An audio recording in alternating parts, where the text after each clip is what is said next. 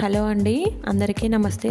ఈరోజు రెసిపీ వచ్చేసి అటుకులతో మిక్చర్ని ఎలా ప్రిపేర్ చేయాలో తెలుసుకుందామా.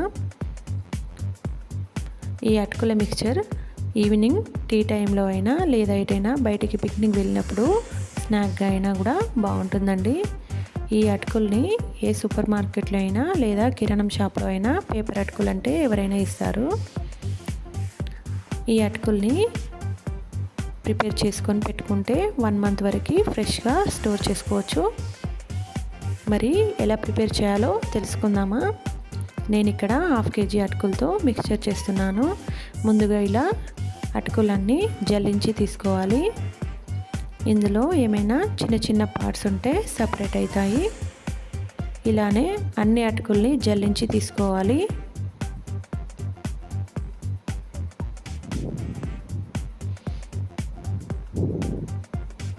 చూసారా, ఇలా చిన్న చిన్న పార్ట్స్ అన్నీ సపరేట్ అవుతాయి ఇలా జల్లించి తీసుకోవడం వల్ల. ఇప్పుడు ఒక ప్యాన్ పెట్టుకొని హీట్ అయిన తర్వాత లో ఫ్లేమ్లో అటుకులన్నీ వేసుకొని లైట్గా వేయించి తీసుకోవాలి. హై ఫ్లేమ్లో పెడితే మాడిపోతాయి. ఇలా లో ఫ్లేమ్లోనే మెల్లమెల్లగా కలుపుకుంటూ వేయించుకోవాలి. కొంచెం క్రిస్పీ అయితే సరిపోతుంది.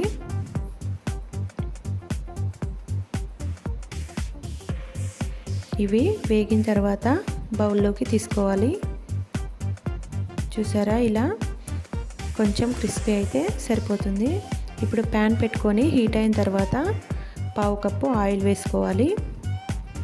ఇప్పుడు ఇందులోకి 1/2 కప్పు పల్లీలను వేసుకొని వేయించి తీసుకోవాలి. హై ఫ్లేమ్లో పెడితే పల్లీలు మాడిపోతాయి, అంత టేస్ట్ కూడా ఉండవు. లో ఫ్లేమ్లో వేయించుకుంటే పల్లీలు బాగా వేగుతాయి. ఇప్పుడు ఇలా వేగిన పల్లీల్ని అటుకుల్లోకి వేసుకోవాలి. అలానే 4 పచ్చిమిర్చిని ఇలా పొడుగ్గా కట్ చేసుకొని వేసుకోవాలి. పచ్చిమిర్చి ఇలా బాగా ఫ్రై కావాలి.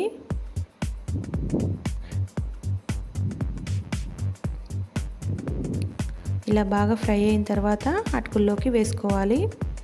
పచ్చిమిర్చి వేగకుంటే ఎక్కువ రోజులు స్టోరు ఉండవు.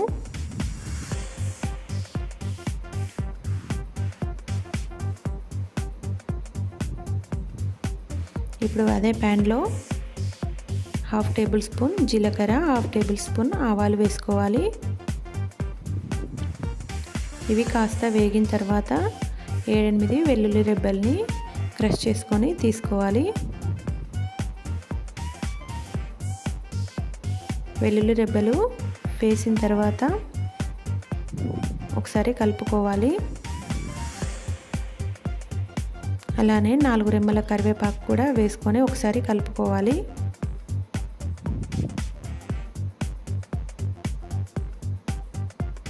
ఇప్పుడు 1 టేబుల్ స్పూన్ పసుపు వేసుకోవాలి. పసుపు వేసుకున్న తర్వాత పచ్చివాసన పోయేంత వరకు ఒక 1/2 నిమిషం పాటు వేయించుకోవాలి. ఇప్పుడు రుచికి తగినంత ఉప్పుని వేసుకోవాలి.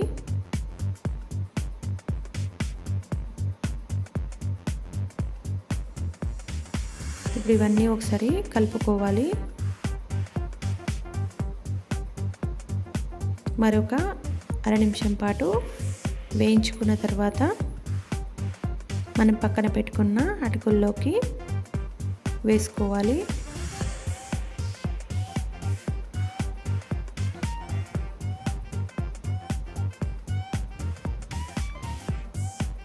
ఇప్పుడు నిదానంగా కలుపుకోవాలి. బాగా కలిపితే అటుకులు విరిగిపోతాయి.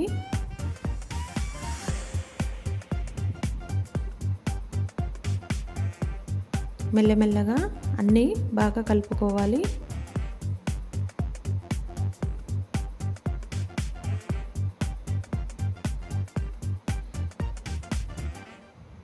ఇలా అన్నీ బాగా కలిసేలాగా కలుపుకొని ఒక ఎయిర్ టైట్ బాక్స్లో పెట్టుకొని స్టోర్ చేసుకోవచ్చు. ఇలా స్నాక్స్ చేసి పెట్టుకుంటే 1 మంత్ వరకు ఫ్రెష్గా ఉంటుందండి.